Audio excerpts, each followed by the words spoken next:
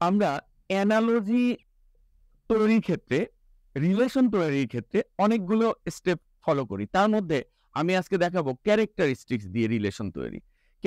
Characteristics দিয়ে কিরকম? যে কার ক্যারেক্টার কি? এই অনুসারে। যেমন ধরো, এখানে দেখো কারেজ হিরো। একজন হিরোর ক্যারেক্টার কি? সে সাহসী হবে। কারেজ। আবার দেখো ইলেকশন ডেমোক্রেসি। ডেমোক্রেসির বৈশিষ্ট্য কি? ইলেকশন। আবার দেখো স্টিংইনেস মেজার। মেজার কি? কৃপণ। সে কৃপণতা করবে। স্টিংইনেস। তাহলে এই যে বৈশিষ্ট্য ক্যারেক্টারিস্টিক, যেমন টাইগার কার্নিভোরাস। তাহলে টাইগারের বৈশিষ্ট্য কি? কার্নিভোরাস, সে মাংসভোজী।